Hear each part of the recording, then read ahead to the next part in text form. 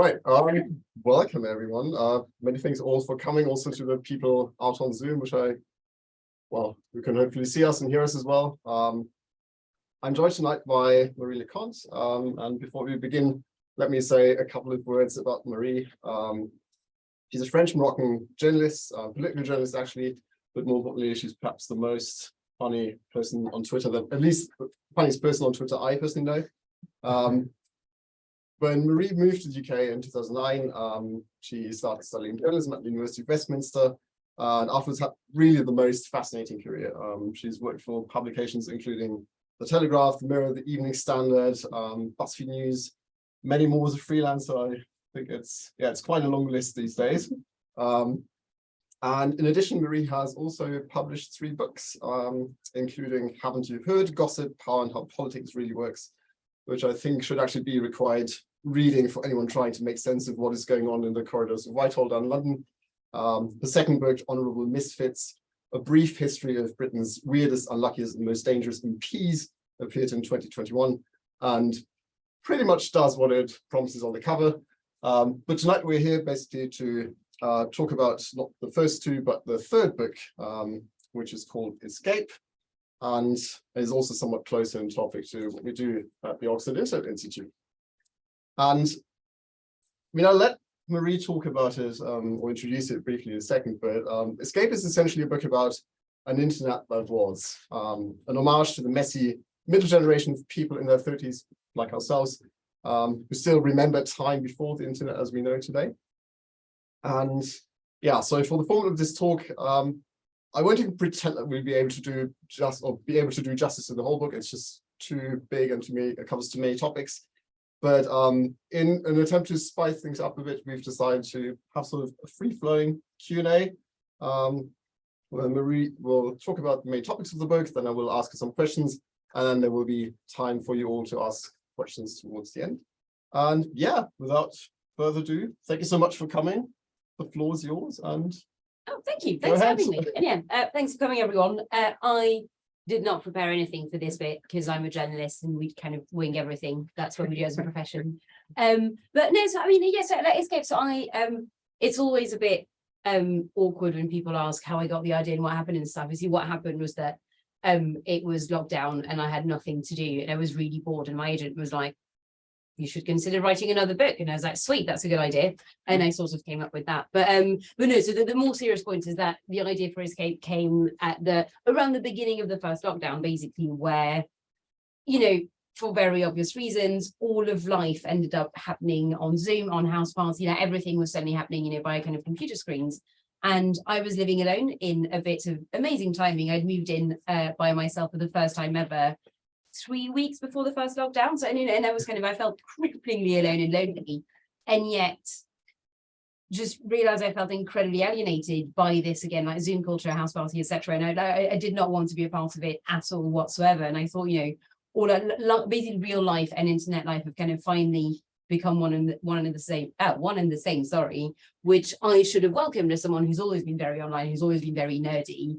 And I actually hated it. And that kind of made me think about, again, what we kind of gained and what we lost in the sort of 15 years before 2020, because it's in the introduction of the books, I was born in 91. My dad was a massive nerd, still is a massive nerd, so I think the earliest picture I have of me on a computer is from like 1994 when I was 3 or something. So it's I've never known anything else. And I got so I started blogging at the age of 12, so I've been writing about my life in some shape or form on the internet every day, if not every other day, since I was 12. So I've never known anything, any life without the internet. And I was on MySpace, and again, I was a music blogger for quite a long time, and then I joined Twitter. So I've always been spending my life at the computer.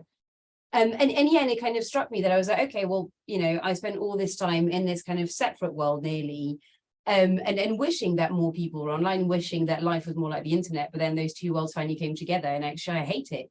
And so the idea for the book was to kind of look at why that was, but also look at the ways in which the internet kind of changed the people of my generation, I guess, because it feels like a very symbiotic relationship, in the sense that people born roughly between 85 and 95, but with some years on either side, we grew up with an internet that was itself growing up. So it was changing and evolving and malleable in a way that it's not anymore, which I think was a very specific and unique experience. But at the same time, we, as the people who are very online in those years as well, kind of shaped the internet. So if you look at the way social media works and a lot of what happens online now, it's stuff that was effectively built and shaped by the teenagers who were born in the 80s and 90s.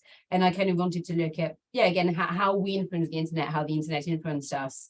And also, finally, I think what drove me to write the book is that there's actually quite a lot of writing about internet culture now. Is quite a trendy thing to write about. But what's always struck me is just how negative and pessimistic and kind of gloomy all that writing is by people, again, in their kind of late 20s, early 30s, mid 30s, etc. And it's always that kind of playbook of saying, the internet used to be good. Now it's absolutely terrible. Everything is awful. We're all going to die. And it's a bit like, okay, well, I would not be where I am in any sense, kind of socially, professionally, romantically, everything, without the internet, if I hadn't had that from a young age. And I think that's something that needs to be celebrated. It has had, a massively positive impact on a lot of people in many different ways. And that's not being talked about perhaps enough. So I did kind of want to write about that, although I think I did slightly fall into the trap of being quite pessimistic towards the end. It's quite hard to be relentlessly optimistic about today's internet, if I'm honest. But yeah, and that's kind of that's what brought me to write this. Yeah. And yeah, was that? Yeah. It was excellent, thank you. And I will get started right away. I mean, you said this already, and you also write in the book in one passage where you say, I have no idea who I would be today if I hadn't been handed a mouse and have had at such a young age. And you sort of talk a lot about the way the early internet has shaped us as a generation. How do you think the internet has shaped you or us more broadly? What are sort of the key aspects there? Oh God. What do I think? God, that's a broad question. So one quote I came back to a lot. So over the course of the book, so I did something which, and depending on how you look at it, I think was either quite clever or quite gimmicky. But so I interviewed quite a few people who have influenced my online life over the years to see how the internet influenced theirs. And one of those people is my friend Io, who's also a journalist. And she made a really good point. She said that actually, what was really revolutionary in terms of, at least socially, in the internet is that, what was it? I like that she put it in a really good way, but it's basically saying that, for a very long time, the people around you, so the people who became your friends, your partners, your spouses, your etc., that happened largely because of accidents of birth and circumstances and geographical proximity, etc. And the internet, on a really basic level, removed that entirely. And that is, but that is nothing short, I think, of a revolution. When I look at, the fact when I was sort of 13, 14, I was friends with people across France, but also in Britain, in Switzerland, in Belgium, etc. All my sort of coterie of friends was not even just people in my school. It was literally people in other countries who I would talk to every day. So I think that is a massive, massive thing. And then, I mean, I don't know, like that's, So I think what was quite specific about our generation is that the internet in those years when we were teenagers did feel like a bit of a sandbox. And obviously every teenager will, give lots of different things, again, trying to shape themselves, as a person, decide what kind of person they want to become, what kind of adult they want to be. And I think that we were given a level of freedom to do that was unprecedented. But in a way that, again, I think the internet no longer quite allows you to do that in the same way, because at the time, I think everything was a lot more decentralized and also a lot more anonymous. So you could be on lots of different forums, let's say, with lots of different usernames, and there was no expectation that, you should be the same person wherever you were. So you could be like, okay, maybe I want to be a goth or something, or maybe I want to whatever. And so, you could follow any rabbit hole you wanted and you could see what stuck. And it felt, I think, very low stakes as well, because if you messed up, you could just sort of disappear and start again somewhere else, in a way that I think real life doesn't quite let you do that in the same way, to the same extent. So yeah. So basically it was much more experimental in many ways than it is today, you would argue. I think the interesting thing that you sort of touch upon the book in various places is it's in some ways it's almost sort of eulogy, sort of a book tinged with sadness about the fact that these early experimental spaces have, to a large extent, been lost. I mean, you still find them online, but they sort of are much harder to find and not as all-encompassing any longer. And you clearly mourn the loss of this old web. I mean, there's one beautiful passage where you say, what was once a great bar is now a sweaty, claustrophobic mess, where all the worst people alive are thriving. we found a home, then it was invaded. It was no one's fault, not really. But now everyone is here and our home's gone. And I think that's in many ways the core thesis of your book. Sort of once was the smaller, more personal web, and it has grown up. Something special has been lost. Do you think that sort of, is there any way of reclaiming that, or do you think this is basically now a feature of the web as we know it, that this is gone and will never return? Well, no, I feel like, you can't really squeeze toothpaste back into the tube. No, so I think that the big problem fundamentally is that the grown-ups kind of arrived online. So I think, because I've had a few people, not in a mean way, but say, is this maybe a case of, person nostalgic for what the world was like when they were 15? And fair, yeah, I'll take that. I'll take that. But I do think that there are, things have changed structurally in a way that, I think means that we can't go back. So just the basic fact that effectively quite a lot of companies who took their time, but I think between the mid 2000s and probably even the mid 2010s, suddenly were like, ooh, you can make money on the internet. There are people on the internet. And that kind of, and they did reshape entirely, I think, the way human interactions as a result worked online. So just, for example, the fact that we used to, there used to be a million different like blog communities, forums, etc. And then eventually it did kind of become Facebook, Instagram, Twitter, and that was kind of that. And we were all in those spaces, just all there doing our thing. Also, I think that, that they get to dictate the terms of engagement a lot more. In the way, one of the examples I use in the book is sex and porn online, and the fact that Tumblr, for example, used to be a website, and that was, what was it? I can't remember what year it was when Tumblr finally banned explicit content. And people kind of joke saying, okay, but why would anyone use Tumblr then? Because that was clearly the porn website. Which really annoyed me, because actually I think what Tumblr did really well at a time when Facebook, Instagram, etc. had become massively sanitized was that, explicit content effectively was just a part of the wider conversation. Like, it was a site where people could discuss anything and post, let's say, pictures about anything, talk about anything, and sex was one of them, because that's what life is, and sex is just a thing in life. And yeah, so you do get all these big companies, advertisers, and all the banks, etc., who are just like, oh, ultimately what we want is to make as much money as possible. In order to do that, we have to be as palatable as possible to as many people as possible.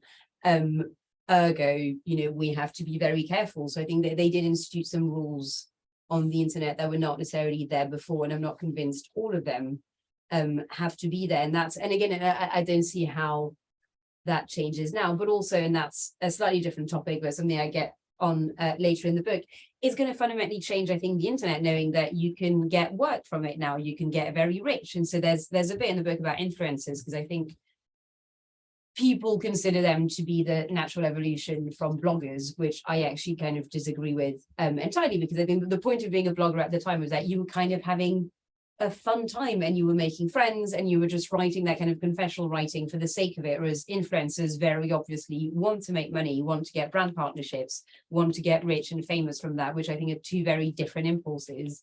But at the same time, and the chapter on influencers I had to rewrite twice, because the first one was way too mean, and then the second one I rewrote and was like, that's still too mean.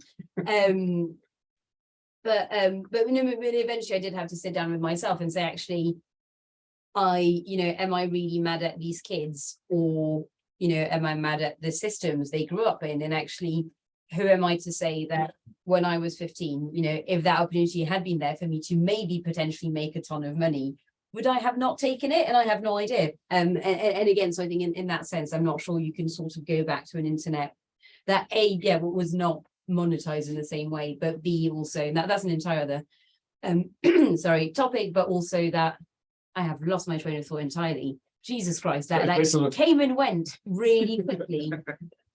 It was going to be I swear there's like 70 pages on that topic in the book, whatever that topic is.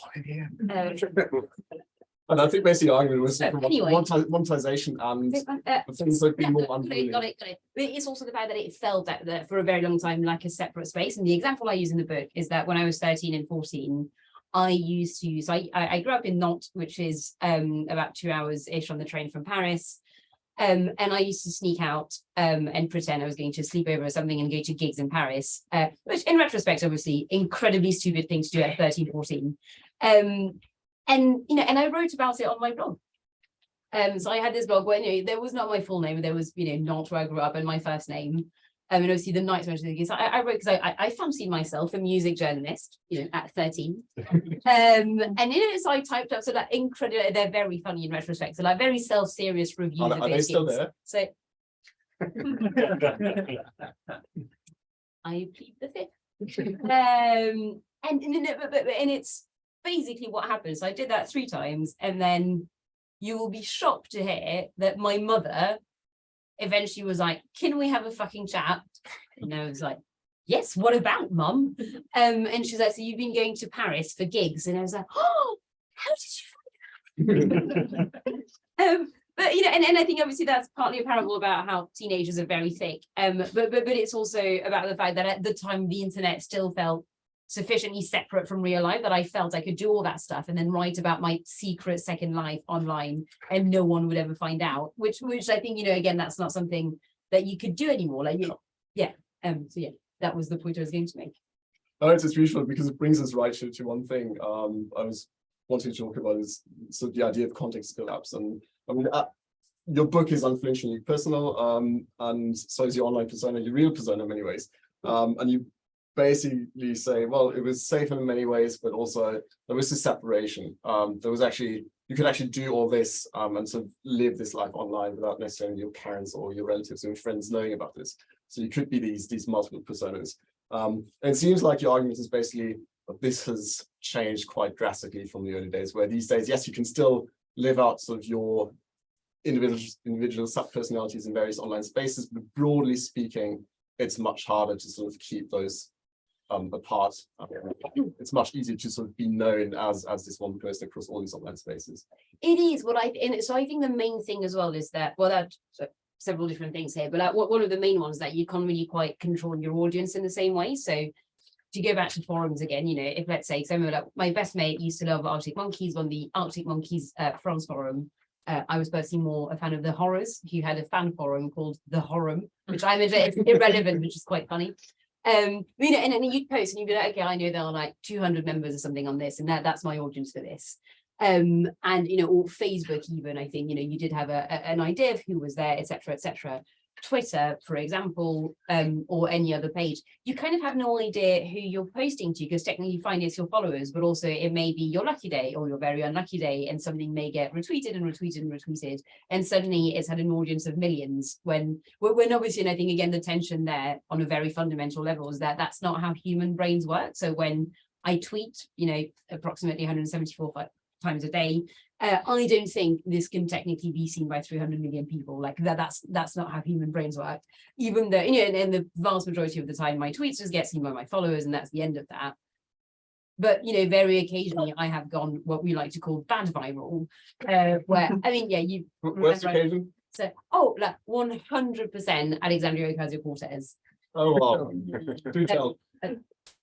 If you want to. So I was watching, and then if you guys saw the Netflix documentary Bring Down the House, which I really recommend, actually, it's very good, about women standing for Congress, and I was watching it for work, and basically I just found it really funny because you've got this shot of AOC getting ready, and she's just beautiful, and she's got the hair and the lipstick and the hoops and and the dress, etc., and the heels.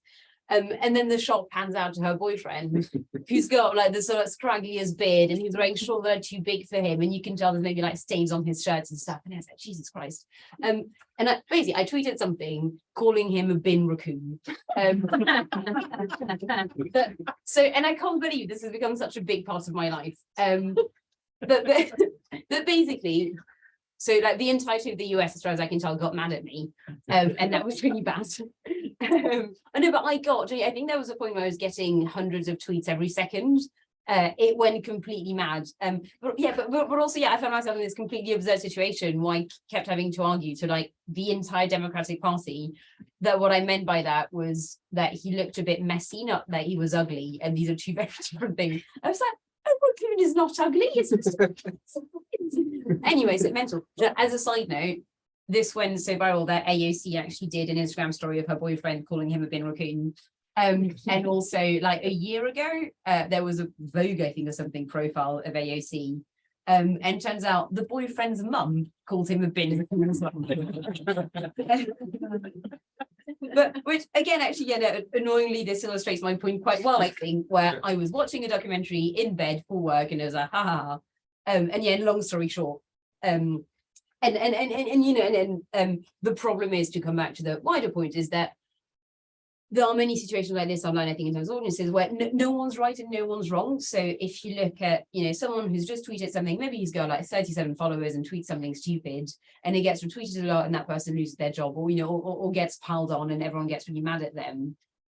The problem is, that person is right in saying, actually, I have 37 followers. They probably found, I don't know, that slightly annoying, joke, the silly joke about a group of people or something, funny. I never meant for it to go viral. Fine, they have a point. The problem is, because of the way Twitter works, not just Twitter, everyone who got mad, that was because the tweet ended up in their timeline. So I think in the book, I kind of describe it as, like if you think of a house party where you're in the kitchen having a side chat with a close friend about the people in the living room, obviously you would be mad. Obviously that you would say stuff you would not say in the living room in front of everyone, but somehow Twitter makes it so every conversation you have like this has the potential to be played basically in the living room over speakers. And of course, the people in the living room will be quite mad if they're just having a nice time and, your voice just invades the room to talk about them. But yeah, but I'm not explaining this very well. I explain it better in the book. But basically the problem is, A, you don't really get to pick your audience anymore, but B, no one's ever entirely right, no one's ever entirely wrong, because content just get pushed out and you don't really always choose what ends up going viral, what you end up seeing on your timeline, how you react to something that has come up on your own screen. And wow, that kind of went nowhere in the end, but we got the beautiful story about the bin raccoon you influencing this politics. Let's talk about Twitter for a second, because you're obviously very prolific at Twitter. You tweet a lot. It's a big part of your work. And you have this beautiful line in Escape where you say, I cannot really differentiate between the person I am and the person I present to the online world. My thoughts often come to me in tweet format. If they don't, I will naturally twist them into a shape that others could enjoy. And I quite like this one, not only because I can relate to it in some ways, but also because it hints at your main playground these days, which is Twitter, I think, really. But of course, we all know Twitter is probably going to change with Elon buying the thing and doing his thing. What do you make of all this, and sort of what do you think will change, and what's sort of your take on basically your main playground suddenly being owned by this person who has very interesting ideas about what it should be like? So I think it's fair to say I, like others, have been on a bit of an emotional roller coaster regarding Elon Musk owning Twitter, because when it first got announced that he wanted to buy it, obviously I hated it and I thought, oh god, this is the worst thing in the world. Then when it looked like he no longer wanted to buy it, but he was probably going to be made to buy it, I really enjoyed that. I thought that was really funny. And then when he did eventually own it, I was like, oh no, actually it just sucks. No, so I sort of have many thoughts and none really about it, because in a real way, just it sucks is my main opinion. But then the slightly wider level would be that it is just an incredibly unwelcome reminder that nothing sort of belongs to us online, in the same way that if you're renting a flat, especially in Britain, which has very bad laws for renters, somewhere can be your home, and then someone you've never met in your life can one day go like, I want the house back now, and there's nothing you can do. And I think that it is quite a sharp reminder that the internet is like that. But in the same way that, I don't walk around my flat every day going, this does not belong to me, and I could be out any day. I don't log onto Twitter every day being like, I must remind myself constantly that this is not, I have no power in this relationship. So in that sense, I think stories like these are just ominous in general, but also sting in quite a specific way, because it's a reminder that, again, we sort of have no rights. But then, so I think what worries me as well, and obviously we talked about it over lunch, but what worries me is that I'm not convinced that if Twitter disappears tomorrow or becomes so bad that people start slowly leaving, that, somewhere will replace it. Because I think people have been quite confidently saying, oh, well, something else will come along because, nature abhors a vacuum and so on. And I'm not sure that's the fact, because I'm not sure that's the case, because the example I always give is Facebook events, where, Facebook events, there's even literally a chapter in the book exactly just on Facebook events. it was a feature that was incredibly useful if you were organizing a protest, a birthday party, and literally any kind of event. You suddenly had everyone you knew, you could invite them, you could see who else was going to X or Y, etc. It was generally just something that was incredibly useful. And then people started slowly but surely leaving Facebook and not quite using it anymore. And now we're back. I mean, obviously I'm not speaking for everyone. In my case, I am back to sending birthday emails, which is just, no one wants that. But it's a service. My point is, it's a service that was actually very useful and felt like a tech advancement. An example of like tech made something that was a faff a lot better and a lot easier. Then for whatever reasons, people left the platform they used for that. And no one at any point has gone, you know what, people may no longer like Facebook, but they did really use Facebook events. Let's maybe create some form of thing that they could use instead. No one's done that. If they have, they've not told me. And I do worry that something like Twitter as well, we've reached a stage of the internet where it's kind of calcified, and you either have a service because it's been there for ages, and if it disappears, that nothing happens, and it doesn't get, because I remember the years where it felt like, we're kind of jumping from platform to platform, so like MSN Messenger, MySpace. I was never on Bebo. Bebo was a thing, early Facebook, Tumblr, etc. So it did feel like you're kind of jumping from like a monkey jumping from branch to branch, where you never stayed in the same place and you always found your friend in that new place, etc. That's not been the case for a very long time. And I do worry a bit that quite a lot of people are still stuck in that mindset of like, something else will come along, because that's is the internet. It's fun and fresh and new and exciting. So it's not been for about a decade. But yeah. What would you do if you owned Twitter? If Elon Musk decided to sell it to you tomorrow? What would I keep it the same? Change anything? I would probably, obviously, if fewer Nazis, I would personally do that. Yeah, one woman's opinion.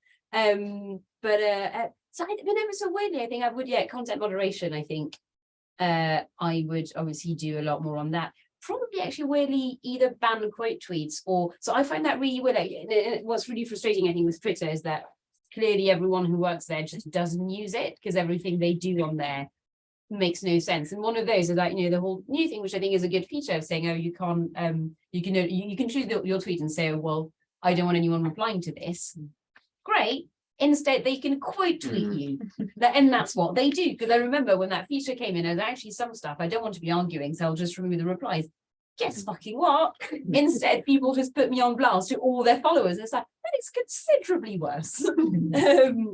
But yeah, so I think just, I'm not even sure what I would do, but just, I could guarantee that, I am a Twitter user, and I know how people use the stupid site. And I would probably make it better in some way. Cool, thank you.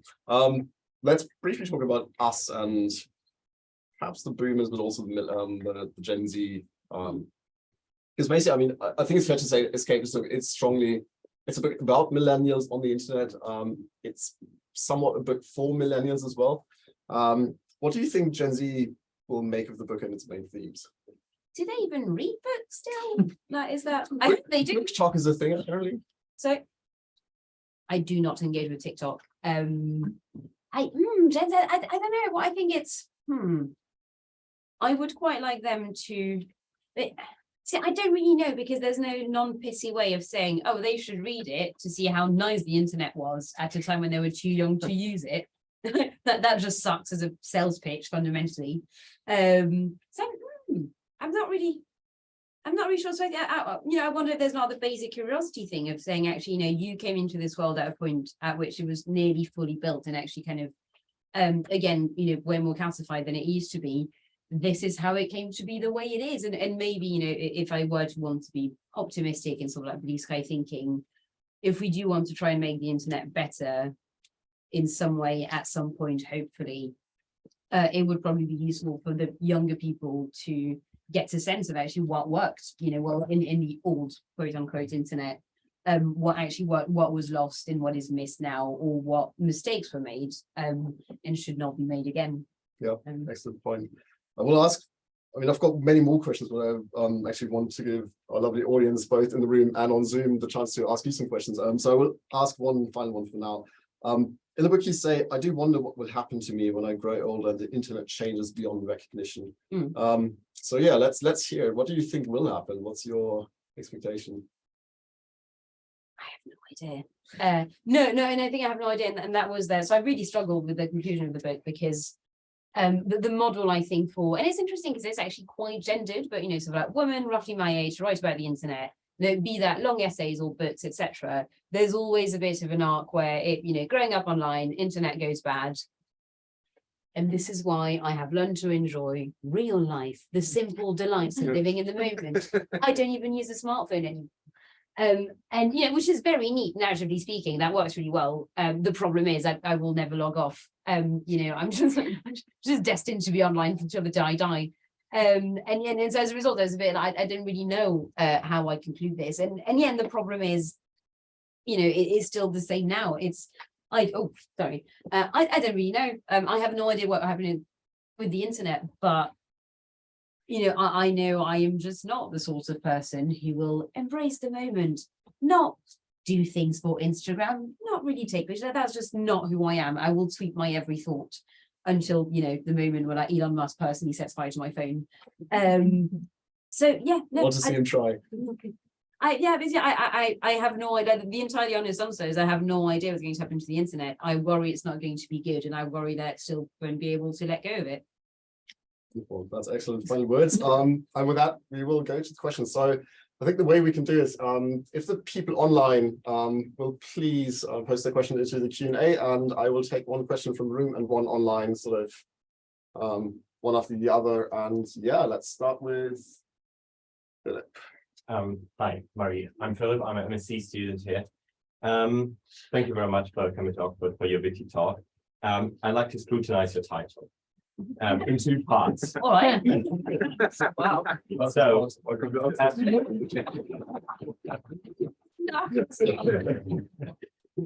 so, first of all, do you really think we have shaped and destroyed the internet, or wasn't it just the big tech barons?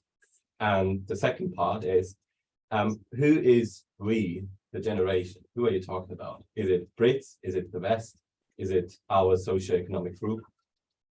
Well,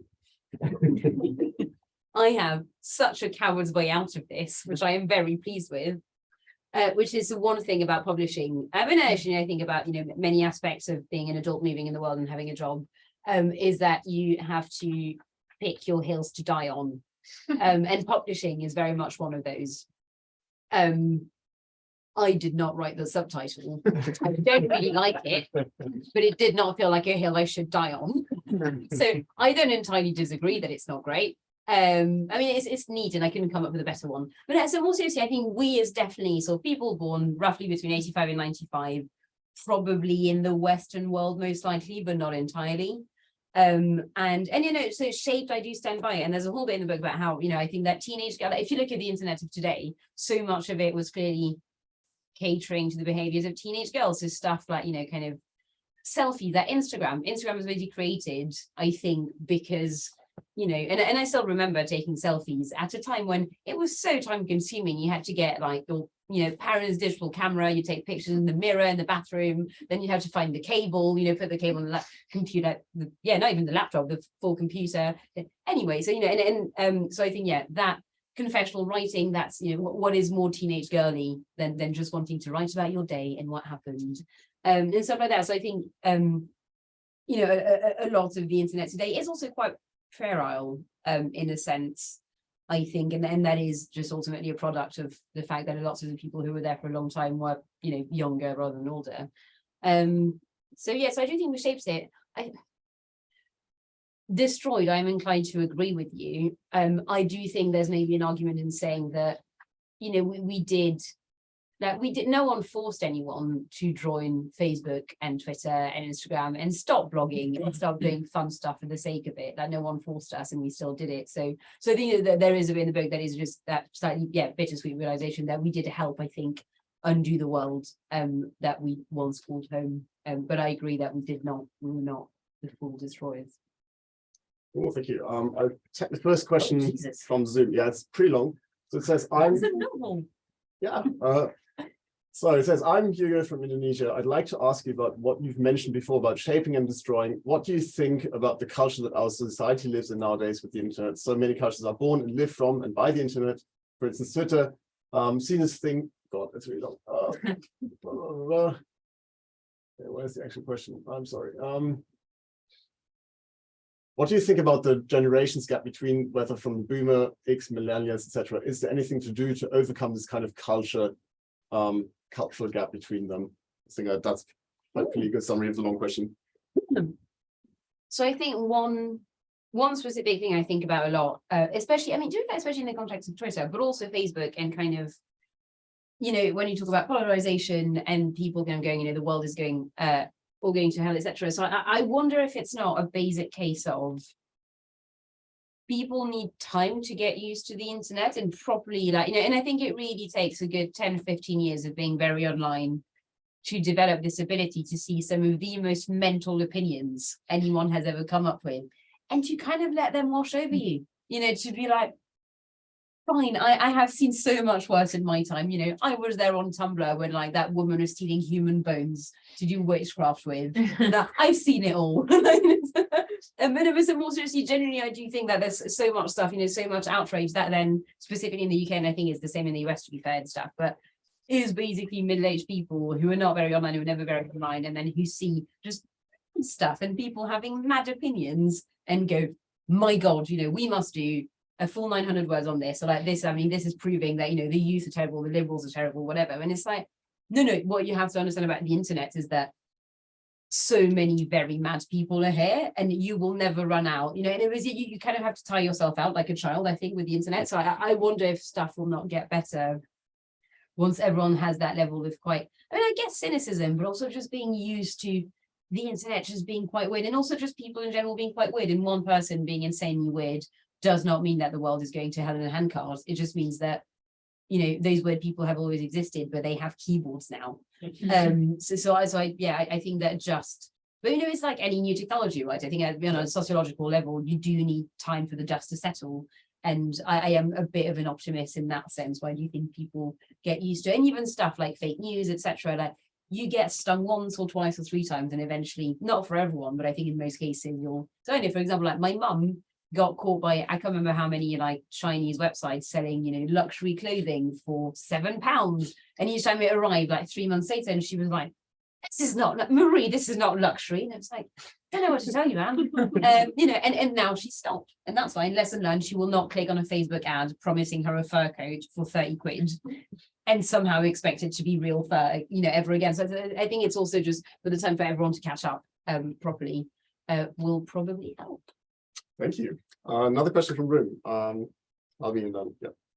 Yeah, so I think there's this notion in popular culture, especially that 2007 was kind of the year that changed everything in terms of digital society. The iPhone, I guess, more broadly, smartphones reaching prominence. But I'm very curious to understand your perspective, if you think there's any other big inflection points in terms of how we engaged with generationally, but the internet really, really changed. Two things, I think, on a tech basis, and I would probably, and I'm not sure it's 2007, actually, probably a bit later for me. So I think the point at which everyone kind of had a smartphone and smartphones actually worked, I think, was an absolutely massive change that we've not really stopped to think about that much when we talk about the internet and stuff. But I know surely the massive difference, and actually I should have said that earlier, and I can't remember what the question was, but there's such a massive difference between, I used to be, for example, very online. I was very online when I was in my house, in my bedroom, or in the living room or the computer room typing, and then I would literally just physically go to another room to have dinner or something, or go see my friends, or do literally anything else, and the internet stayed there. So I think that smartphones, the internet following us everywhere effectively was a massive, massive change, which should not be underestimated. The other one, it's really hard to talk about this without making me sound like an incel. But as I was talking, so actually, so interestingly, so I had a similar chat with one of the people I interviewed, so my friend Tom Phillips, who's a journalist as well, and he's a bit older than me, but has always been very online, etc. And we had that chat where I was like, for you, what can you think of a point basically when the internet went from, kind of what it used to be when we were growing up, etc., to what it is today? Was there a point? And he was like, I can't really, and we kind of hashed it out and talked about it, and then we sort of reached the conclusion that we were like, basically, the internet had properly changed at the point at which really hot, boring people got very popular online. But because, that meant that, we'd finally shifted from, what was, I think, quite attractive about the internet, earlier on, is that you could be stripped away from context. So again, be that geographically, whatever, but you were only ever as good as your words effectively in what you typed. And which is why I think it became a slight sort of like weirdo supremacy, because actually, if you were just quite hot and a bit dull, you could just be in real life. Like, why would you be on the computer? And you know, and I think the point when, again, yeah, just very bland, conventionally attractive people became the very online famous. It was a bit like, yeah, that's in a way game over. Like that means that the real world has entirely caught up with the internet. Do you credit And that? they are no longer. Do you credit that to any sort of platform in particular, or is it just more a general phenomenon? Instagram. Yeah, probably. But, so I want yes and no, because isn't there a bit of a chicken and egg thing there in that? It was, you know, I don't have the answer to that question of like, did that happen because Instagram became a thing, or did Instagram suddenly become massive because the internet had shifted? But yeah, so an interesting question. Yeah. Another question from the online world. What is your favorite and specific lost artifact of the early internet? I really miss Stumble Upon. It's Oh, sorry. that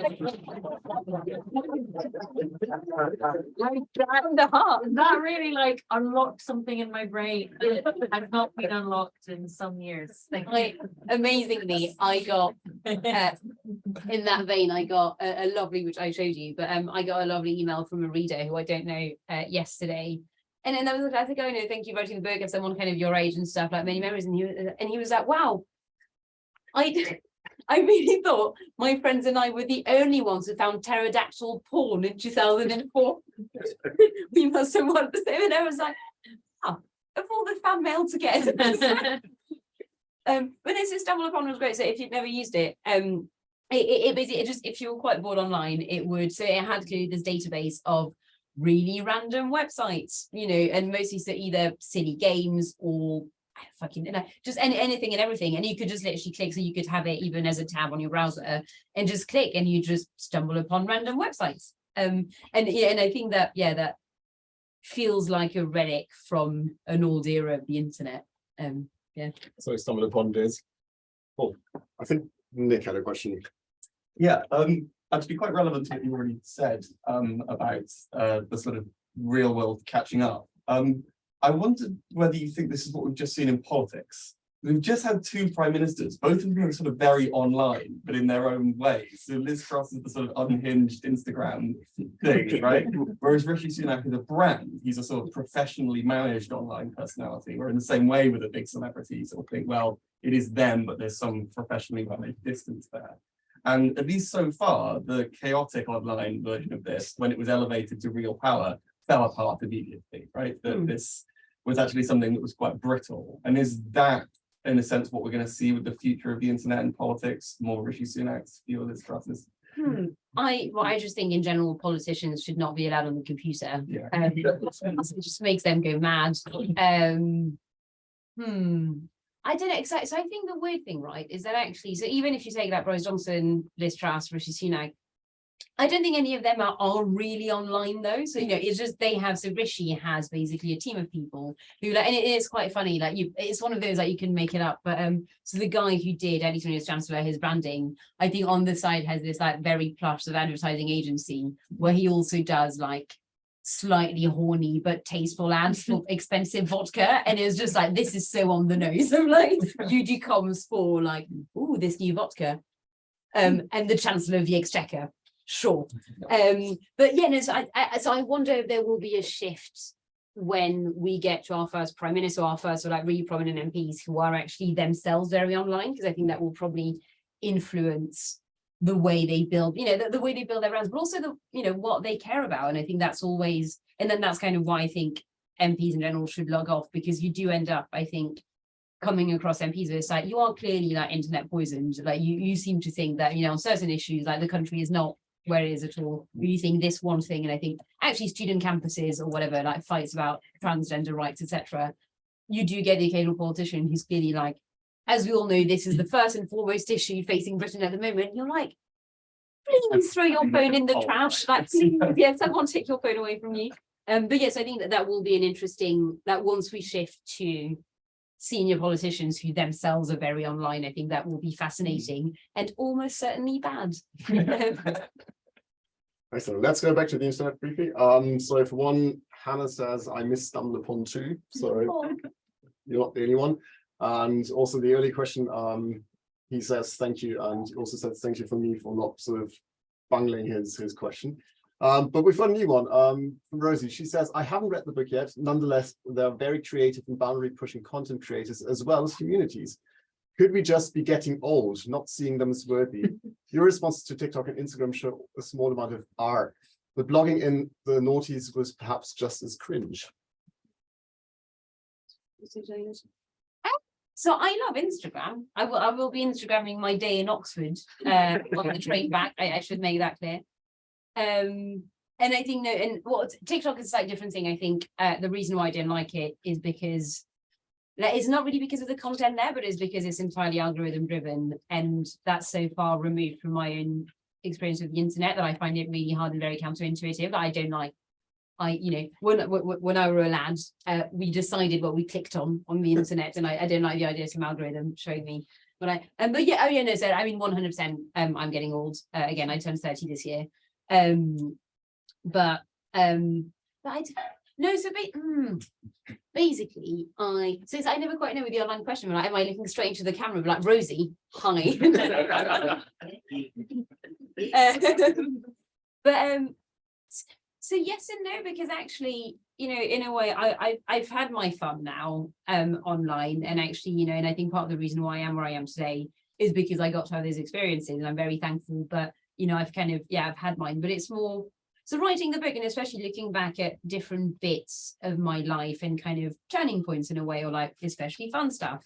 What did strike me again and again was like, actually, could people still do that? I'm not sure they could. There's a whole bit in the book, which actually, by the way, I really thought some people in the fashion industry would in some way react. They still have not. They may not have noticed. Long story short, buy the book to find out more. I accidentally scammed my way into 6 seasons of Fashion Week. Which is a glorious part of the book, trust me on that one. I sort of did it as a troll, and then it worked, and I was like, oh sweet. Yeah, so I spent quite a long time going to the catwalks and the parties and stuff, Fashion Week, despite never writing a word about fashion. It's a whole thing, it's all explained. But then I'm now like, actually that could not happen anymore. You know, that's not, but because those years were still in a kind of like amorphous and fun, and also like you could, you know, just about where you were away. And so I think stuff like that, or the music blog I used to have, where I used to interview bands quite randomly, and because you know, there were no stats. I had no idea how many people read my blog. So I can, you know, and also it was not never expected for me to explain or say or show how many people read my blog, which that would be mad now if I go in touch with quite a famous band and like, can I interview you? They would probably, the manager would probably say, or like the press team, whatever, would be like, who are your readers? Not unreasonably, but you know, so I think that lots of stuff like that, I think you could, it felt a lot more like a playground, and it's more, so sure, it's, you know, there's an element of nostalgia there, but it's also more regret at the fact that people who are 16 now will probably not have as much fun on the internet as I got to have. So sort of is it the opposite of nostalgia, but it's more, I don't know, More questions from the room. Elizabeth. So you were talking about how at the start of the pandemic, everything sort of converged and you really hated it. And I had a similar experience, and maybe it's, I don't know, maybe it's aged.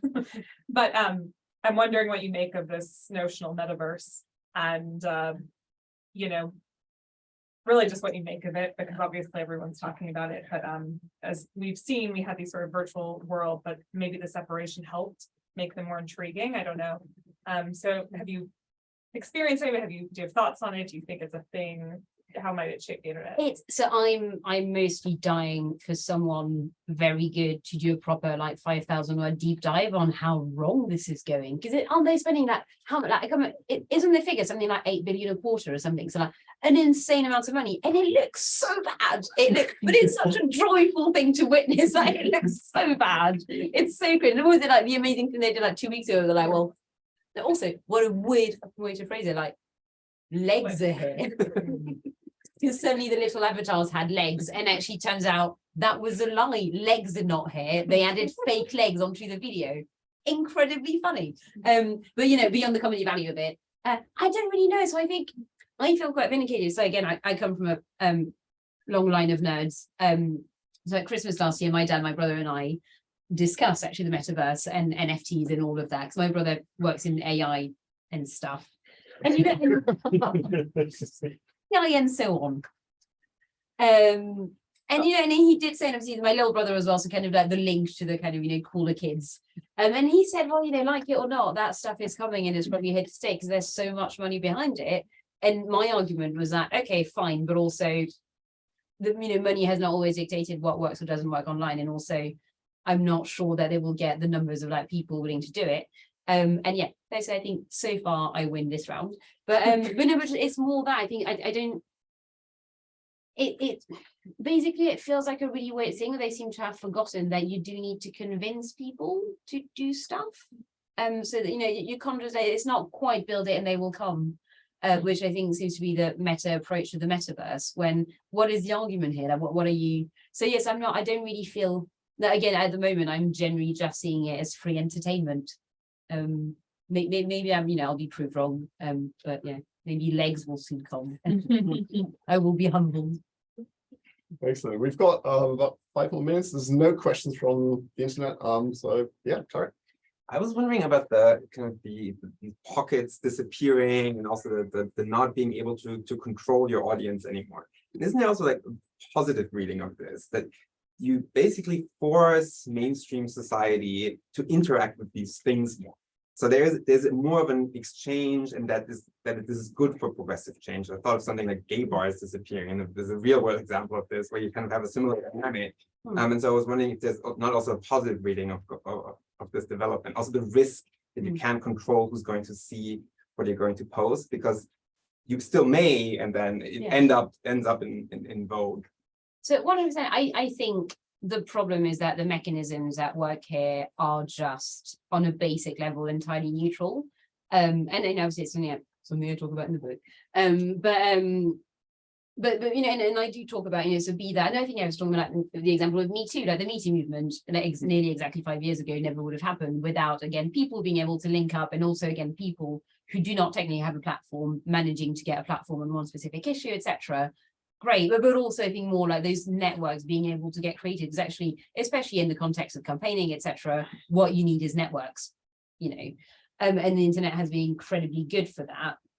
But the problem is, those exact mechanisms can also be used by racists and sexists and homophobes, etc. And I think arguably that's nearly worse, because if you let's say you are just like some guy who is quite racist and who lives in a small town, but who knows he's not entirely stupid, so is aware that he can't just spout up his racist views to people in real life because that's not going to end well for him. Problem is, he can now very easily link up to a forum of racists, a community of racists, and the problem is more than that. So I think that means that he can talk about that, but also there's the identity thing, which we've not really talked about, but I think you can then end up being like, okay, well, I have found many friends on the internet thanks to my racism, ergo my racism is going to become a bigger part of my identity, and the way I identify myself is as someone who is racist and who is part of this community. I'm oversimplifying a bit, but still. And the problem is that it is then, I think, quite hard to change people back once they've decided that a thing, an opinion they hold is not just an opinion, but is an active part of who they are as a person. But again, to come back to that, that also happens to like feminism, queer activism, etc. So you do the problem with that, and I think that's why it's very hard to stamp out the bad stuff, is because the mechanisms work in every possible way, and they are just tools that can be used in any which way. So yeah, both positive and negative. Anyone else in the room? One more question here. Yep. Hi, I'm Michael. So from what I've heard, I think the central pieces circle around like the agency of people on the internet. So when the internet developed, like our agency increased more and more. So we had more freedoms in the past, but not now. But so I would like to ask maybe 2 questions. The first question is on how do you look as what are your views on this? How can we regain our agency, or what can we do to do this to bring the internet back, or maybe create a new one or something else? So it's about the agency problem. And the second thing is also about agency, but it's about choice. So I was thinking about like when you're talking about like how when we post online, we have unexpected audience, or like we'll never know our consequences of going online. But I was thinking when we choose to use the platforms and we choose to post, aren't we already made a decision on doing that? I feels like posting online, like on Twitter, just feels like maybe doing a graffiti on the Statue of Liberty. Like it's just the same. Like you can do the same effect on like having graffiti on the streets and letting things going on the news, and you won't. You also won't know like the audience, who the audience will be. But yeah, isn't that just the personal choice? But it's not like related to the internet, right? Ooh. Well, so first of all, your framing of the last 15 years has been about losing agency online. I am very angry about, because that is such a good way to put it, which I had never thought about. And we would have that chat maybe a week before publication day. So any press I told, I could have mentioned that, because that's incredibly neat. Yeah, anyway. Oh, and I'm sure, but it isn't there like, at risk of sounding like an absolute sort of like tedious A-levels communist. It is about that endless, that there's no ethical consumption under capitalism thing, where you find it is true that people choose to be, let's say, on Twitter in the way that they choose to shop from Amazon or whatever. But we're not really, I think there's a point at which, if structurally you're not giving people really the option to do anything else, then I'm not sure. Again, but basically, as you said, I'm not sure we can really talk about agency and choice in that way. And yeah, but then there's also, and that's so it's not quite in the book, but it's in a different piece I wrote, I think. I can't remember. But I think there's a level of hypocrisy as well in how people maybe talk about social media, because you're right, people could just not post, they could just not tweet, they could just not be on social media. But I think that, I say they, like I'm just like those people who are on Twitter, not me though. But people, I think we get lots of stuff. So I'm thinking about my career. So I think a lot of the contacts I've made, a lot of people I interview, lots of the ideas for articles, etc. I get from Twitter. But also there's a slight thrill is in there of occasionally you may post an opinion that's a bit, controversial, and there's a bit of you that's a bit like ooh.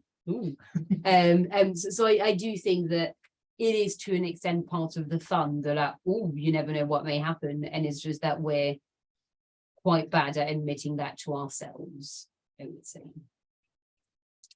Excellent. I think we have time for maybe one last question.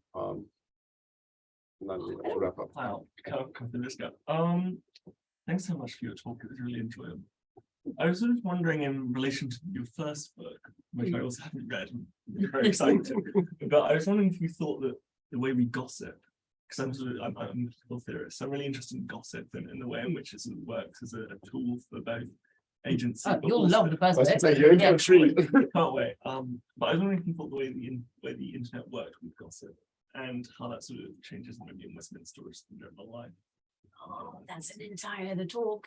Jesus Christ. There's lots of Well, I think if you're looking at Westminster specifically, I think the internet has massively changed gossip, mostly in bad ways. Because I think the speed with which stuff can travel is a massive problem, because normally the way, I don't know, like if you hear a piece of gossip and the way it kind of travels, let's say in person around the Palace of Westminster, there is usually it is at such a pace that if it does turn out to be bullshit, there's probably time for basically like those kind of social networks to correct themselves and to kind of whereas I think online, if you hear something, and don't get me wrong, again, I've been guilty of that before. You hear a very juicy piece of gossip, you send it to 3 WhatsApp groups, all of which have about a dozen people. And then if you find out eventually that it was not true, it was partially, only partially true, etc., then it will take a lot more effort to change it. So I think it's done that. It's I wonder if it's not changed as well, like just but actually the networks, where if you look at places like Pop Bitch, the newsletter, or even just Twitter or various still, and then like Twitter accounts that do gossip, I feel like there's a fair few. That there's, I think that's maybe democratized sort of like gossip and secret information, etc. In a way that I think newspapers were still to an extent gatekeepers, whereas now actually lots of the stories that come out about celebs, etc., come out because that thing happened to you, or the person who shagged that famous guy decided to just post, and so I think that's kind of democratized information sharing in that sense. But again, that's just an entire other chat. But I think you do also have to wonder eventually if maybe having gatekeepers was not such a bad idea, not all the time, but quite a lot of the time. But yeah. Anyway, I'm afraid we have to come to close here. Thank you so much, Marie, for coming, for answering all these wonderful questions. Thank you all, both in the room, online, for having such wonderful questions. And yeah, have a good evening. Do buy the book. It can be found online. There's a QR code linking to it. But yeah, thanks so much again for coming, and have a good evening.